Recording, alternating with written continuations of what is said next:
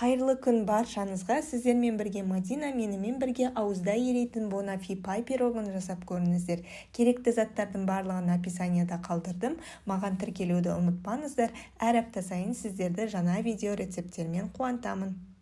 Ең алдымен үгітілмелі қамырымызды дайындаймыз. Жұмыртқамызды қантымызға жарып, шанышқымызбен жақсылап араластырып аламыз да алдын ала ситадан өткізілген ұнымызға қамыр қопсытқышымызды, қаймағымызды салып, жаңағы қантымыз бен жұмыртқамызды салып, бөлме температурасындағы сары майымызды салып, жақсылап араластырып, жұмсақ етіп қамыр илейміз. Оны салафанымызға салып, жарты сағатқа тоңазытқышқа салып қоямыз.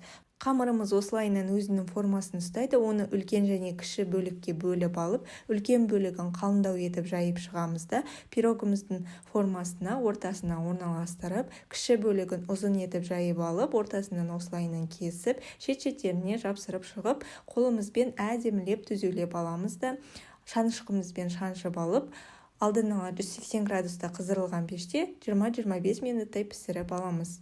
Піскен қамырымызды толықтай бөлме температурасында суытып алып, бетіне варенкамызды жағып, банандарымызды осылайынан орналастырып шығамыз да, сахарная пудра, творожный сыр, сливкиімізді жақсылап миксерлеп, өзінің формасын ұстайтындай крем алып, ол кремді кондитерлік қапшығымызға орналастырып, жаңағы пирогымыздың бетіне дөңгелектеп осылайынан сығып шығамыз.